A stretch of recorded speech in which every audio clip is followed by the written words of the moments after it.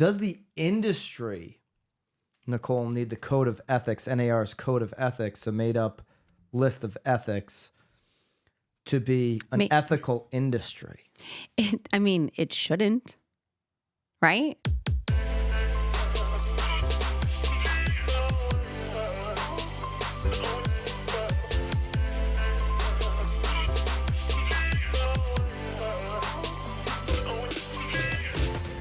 This is Byron, Lazine, and boy. Nicole White, and you were tuned into episode 299 of The Real Word. 299, and it's like... Wow, your word is up. This is really what's like going on. It's like we've never done this before. It is like we've never done it before. You didn't even know where your microphone was. I didn't almost talk into my microphone. I didn't know where to look.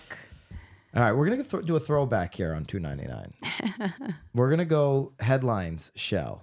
We used to do 3 segments. Now we just do a whole big segment because the topics are so juicy now. Well, you like to talk.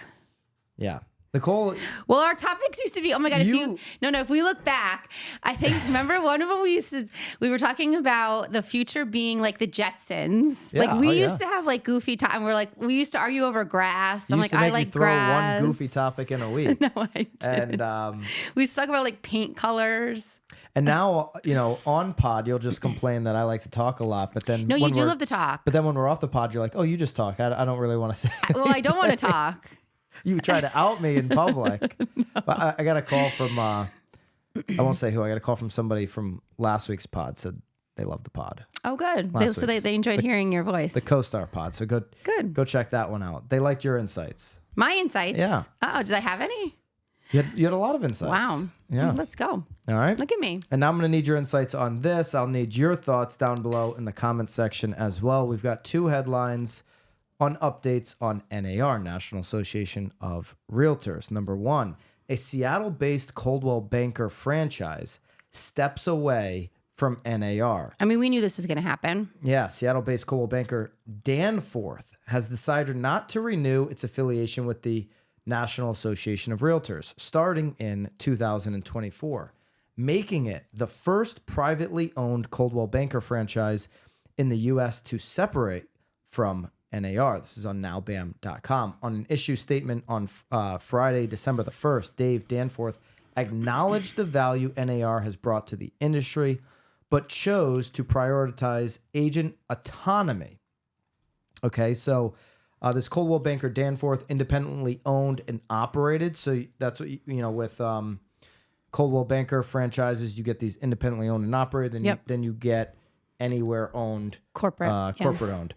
So this means that the terms of the Anywhere settlement, even though they're independently owned and operated, they still... Under the same umbrella. Thing. Yeah, but they're all under the same umbrella. Yeah, they're Coldwell Banker. Sotheby's franchises do the same thing. You have some that are the true Sotheby's. It's very hard to understand. Like Greenwich. Yeah. And then the rest of Connecticut is nothing. An affiliate. Right. Right, as one example. But they all kind of sing up to the mothership.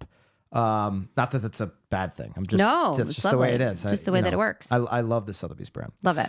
I love the pineapple. Love it. They gave that's a local thing for those that are wondering what the pineapple is. I like the pineapple There thing. you go. Standing straight up though, of course. Yeah. They gave all the company-owned brokerages and affiliates option of leaving NAR. This is what the Anywhere settlement did when they had the settlement for the Sitzer Brunette and the upcoming Moehrl case, which we're going to get into, okay? Mm-hmm. I don't even know if I'm pronouncing that right. I like it. In a statement last Friday, Dave Danforth said again they will not renew its affiliation. Their office has their brokerage has 300 agents across 5 offices. This is in the Puget Sound, Washington State area. Puget Sound, they have a little submarine shop up there. Fun fact for those that didn't know about Puget Sound. You've been? Have not been. Why do you know that? I used to build submarines. For so you knew where they were going. Country. Yeah. I knew that they had a little small shipyard. Doesn't compete with the shipyard in Connecticut, Look of at course, you, or see? Virginia. Those are the 2 big shipyards, and Puget Sound. Good thing you had that job, because now you can talk about it. Has a smaller shipyard. Since its agents rely on the Northwest MLS, which also is independent of NAR, separating from NAR won't result in a loss of MLS lockbox access. So easier decision for Dave Danforth to make than maybe other brokerages, of course, who have an MLS manipulation with NAR? I mean, I'm less worried about like the lockbox access and You probably. think you could figure that one out? I don't use them. Hey, what's the code? Because I don't use those. You Because then you have to use keep the- your phone, like if you're like it. Well, they used to have its own key. Remember when there was the own key for the MLS ones? And if Yeah. like, oh man, I never charged it. They need to do the updates. That was some of the worst technology I've ever seen. It was terrible. And then if you didn't have service there, then it wouldn't work. So you couldn't even get into the damn thing. That was what? Century or no? No, that was Supra. That was Supra, right? It's still Supra. It's still Supra. I think it was always Supra. Well, there was two. There was Century. No, Century was. I don't remember Century. Century was the very expensive one that about 4 people in our entire. Let me know if you know Century. So But it was Supra is this the little blue thing, one. and remember it was just that one stick kind of charger. Like you can't even use a normal charger to charge it. Yeah. It was awful. And then oh my you God, had I these hated Century that ones that were thing. like double the price, and they came out around Have a little you bit ever after used Supra. an electronic lockbox? Have you? Yeah. You've purchased them. I didn't, but in my past real estate life, somebody else did. Was very bullish. They on were them. like $100 a piece. They were a complete waste of money. Total waste of money. In the comments, you may disagree with this You conversation we're may. having about the lockboxes. I think people love them because they can see when people go and leave. Florida, they're really it's rare in Florida, in my experience, in Naples rather. I shouldn't speak for all Florida, very big state.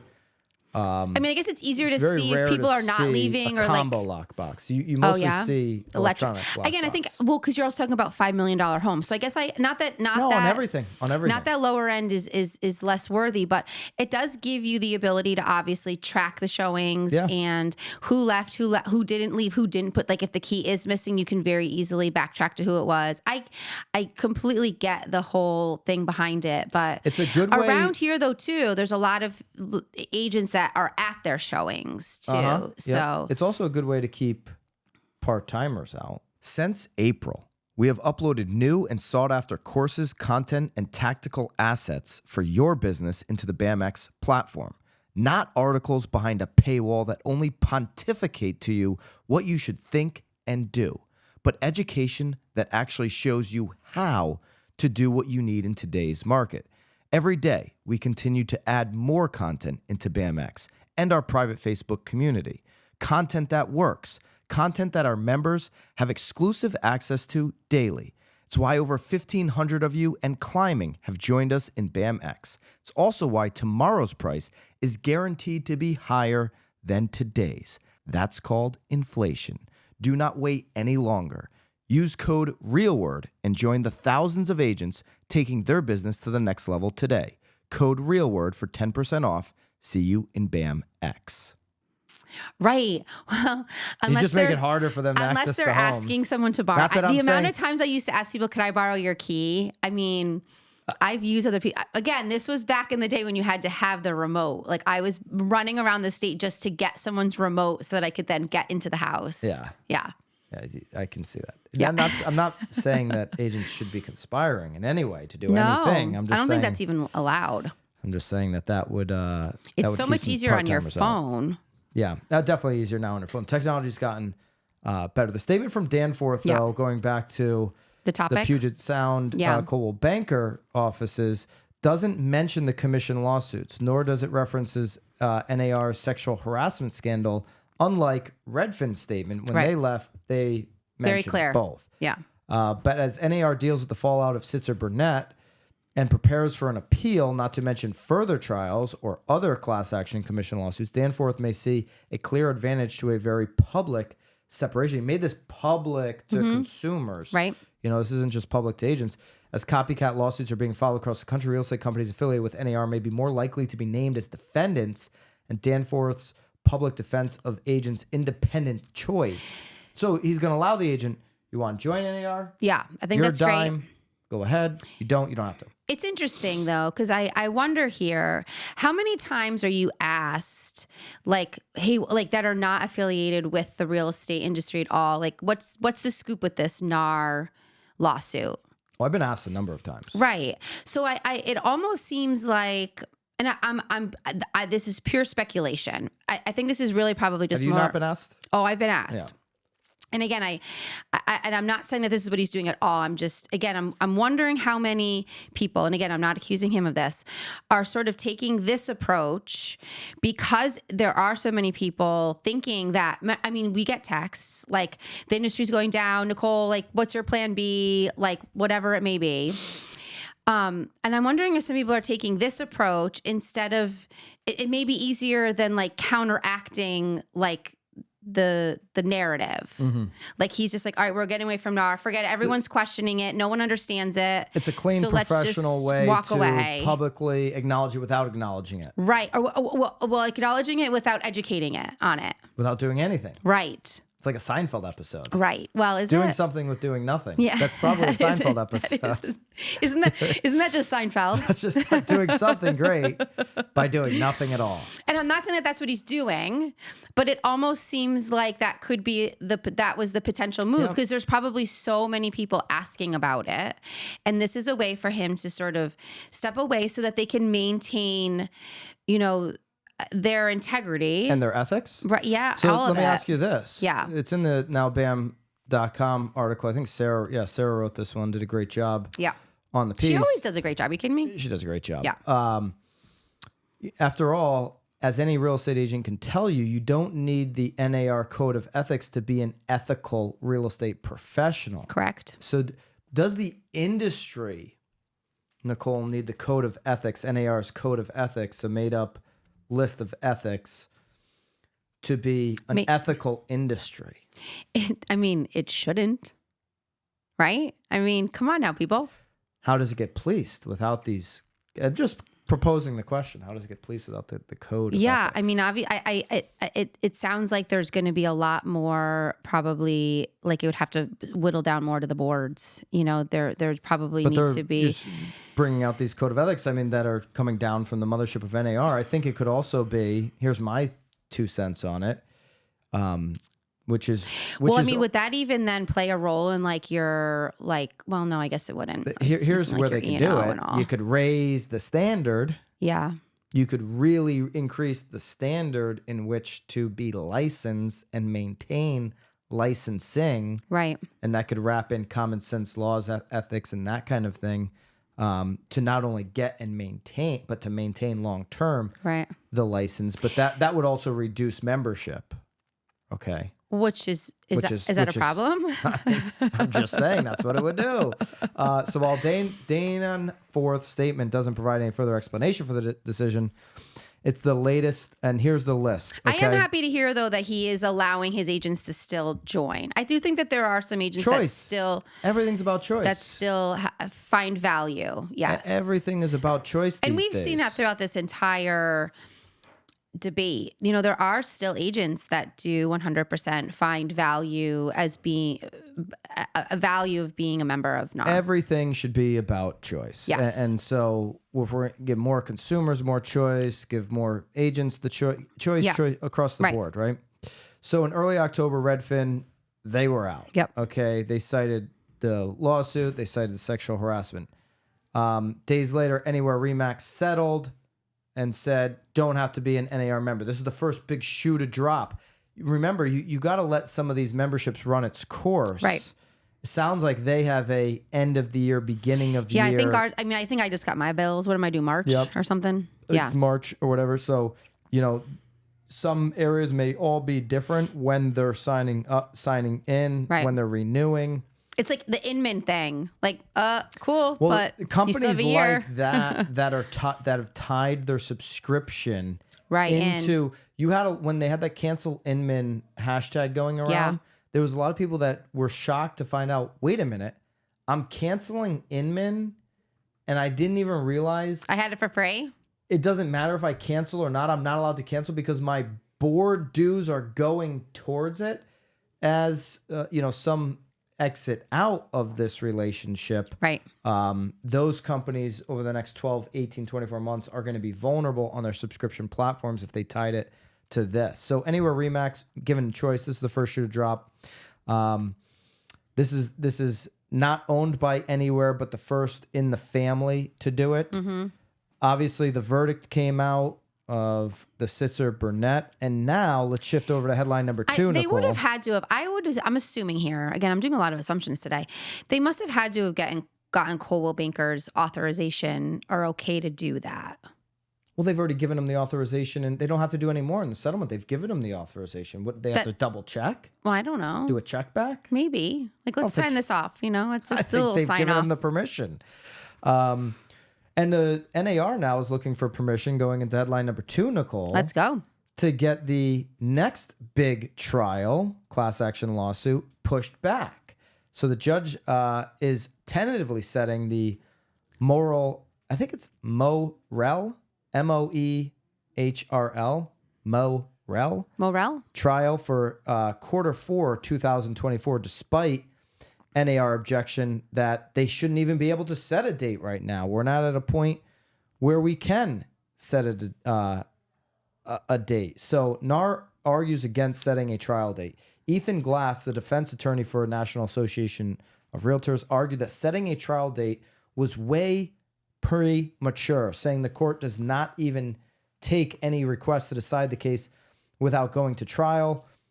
He also pointed out that the Sitzer-Burnett trial had been rescheduled several times before ultimately starting in October. As we found ourselves in Kansas City preparing for trial multiple times, which is a very big resource drain. Your preparation, I mean, you prepared multiple times, and I don't think your preparation was very good.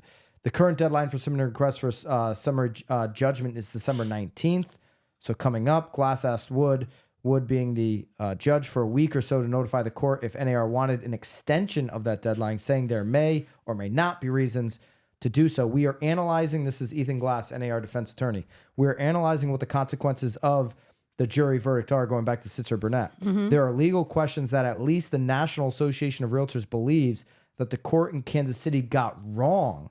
And it seems a waste of resources to go through and have this court make legal determinations when there may be an appellate court that may be weighing in. I want to make sure that we are being efficient with the court's resources and transparent with the court and candidly with the plaintiffs and other defendants on what the consequence of that is. Interestingly enough, the attorney Timothy Ray of Keller Williams says, he believes there's serious errors, like Ethan Glass, in the Sitzer-Burnett. And that's why he doesn't want a standard tied to this trial. Of course. With Moehrl going forward, where the that's NAR, the concern for the whole industry. How come Keller Williams attorneys and NAR attorneys aren't even on the same page? I mean, they're in the courtroom, not on the same page together. Right. Can't you guys get good attorneys on all sides, great, not good, phenomenal ones, and then get on this? It's like you're competing with each other in the courtroom. And so well, we know how attorneys work. You know, they're like, sometimes their arrogance gets ahead of them. So then you have attorney for the plaintiffs saying, we agree with the Keller Williams attorney. We should be moving forward. These are not don't tie them together.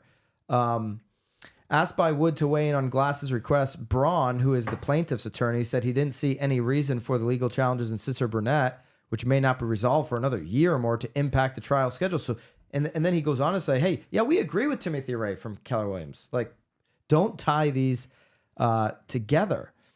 The court allowed the jury, this is Timothy Ray, Keller Williams defense attorney, to believe that no home seller would ever pay a buyer's agent absent in conspiracy once again, without sharing with the judge that this very practice is allowed by Missouri statute. Therefore, Keller Williams would like for the Moehrl case to stand on its own, consistent with the law in its district and circuit.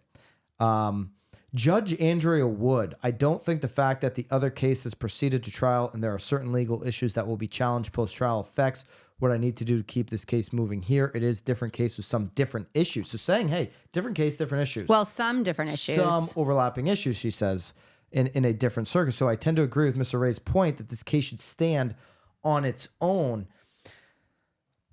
The judge is saying, we're going to look at this thing on its own. We're going to look at it differently. We're going to look at it from a legal standpoint, which is what Keller Williams is saying. Hey, they didn't take in the law into account in Missouri. Yeah.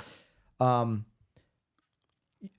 could argue that, this one's going to take place in a different part of the country. And I mean, it also sounds very evident that it may even be pushed again. Like, yeah. I mean, everything is going to keep getting put. Yeah. Here's the one thing when you start to really get into the weeds on this.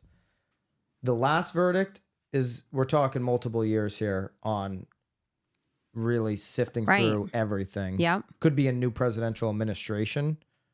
Who knows who by that time? Is there going to be an impact there? For sure. Not saying that there's a conspiracy in the we're US not, government or anything. No. And there's no attorney conspiracies out there. We're just going to speak on these alleged realtor conspiracies. But a lot of things can change by the time that one finally gets sifted through. This one, you're going to have a whole new jury. I mean, the problem with, leaving these things in the hands of the jury, in Missouri, you might not have people that really even care about the law. Wait, what? You might not have people you get 12 people. Just in Missouri? I'm not putting people in Missouri down, but I'm just saying these are 12 people who might just be renters who hate realtors. I'm just saying that this could be the case. Right. I'm not saying that this is. Right. Are they showed up hungover or something? Could have been hungover, could have been any number of different issues. Mm-hmm. When you leave the hands with 12 just people, anything can happen. For sure. Okay? Yeah. Which is maybe why agree. anywhere in RE/MAX said, I don't want to trust these. Yeah. Well, and it's funny, again, that's why it goes back to, it would have been important to get the real estate agent's perspective or the buyer's perspective on how they felt about their real estate agents on this trial too. Because I do think it would have set the tone. Like it's a roll of the dice. This one's in Illinois. Maybe you get a more intelligent jury. And maybe they see things differently. It's a roll of dice. You don't know who you're going to get. And it'll be interesting though too, because now we're also talking about potentially a more educated jury on the topic. Because now there's something has already happened. So conversations have already been had. Here's the thing. Just this morning on the hot sheet, I did there was a LendingTree survey. It's an article on nowbam.com about 2,000 consumers, projection for 2024. And only 2,000. That was the survey. Okay. A good survey is over 1,000 people. So okay. 2,000, they doubled up. Okay. That was good. LendingTree survey. Good idea. And 35% said that they were actually rooting for a market crash. Oh. Rooting. Wow. Cheering it on. So those are renters that want Those could be people like on the jury. Right, that just want it all to fall. Just want to destruct. There's this disease running across America right now. Honestly, what's interesting though? It may not even be about. It may not. I'm sure it's about them because it's a destructive behavior. It's a disease. They're also like. I feel like I say this a lot. I feel like a lot of people's jealousy is a terrible thing. Jellyfish. Go back to Real Word episode 100 something. We invented the word for Nicole. I have the jellyfish. Yeah, I mean it is. I think it's. I mean, we could go into a whole bunch of things on that, but that's terrible. So in the end, to summarize what Andrea Wood, the judge presiding over this new case, or this not new, it's been around since 2019, but this next class action trial. She added that it makes sense to set a trial date as soon as it's reasonable to do so. She also said the court was busy. The plaintiffs are like, let's do this in quarter 3. She's like, I'm thinking quarter 4 is when we can get it done. Maybe later if NAR. Well, it's very interesting because then it goes into the whole election situation too. Yep. So we thought this was going to happen in quarter 1. Yeah. Then the judge is like, we're busy with more important stuff than you guys fighting over this. We're pushing this back. Plaintiffs wanted quarter 3. She's saying quarter 4 might be 2025. These things are going to get drawn out for a long time. 2024. Hey, agents, future's bright. 2024, I think transactions go up. I think you compete with less agents. And I believe you have the ability to educate consumers that your commission is negotiable as it always has been. Of course. And not much will change there for you in 24. I agree. Right? Next week is episode 300. All right. So make sure you're subscribed. Make sure you hit the bell here so you don't miss it. I feel like we haven't even put it on our calendars yet. It's on mine. I'll add it to yours. Not on my episode calendar. 300 next week. 300 real words. Wait, are we doing it live? No, it'll be recorded. Okay. We're going to have a live sit-in audience. Yeah. And have we had anyone interested in joining us yet? If you're interested, send me an email, byron@nowbam.com. byron@nowbam.com. Keep it real, guys. We'll see you next week on episode 300. See you guys.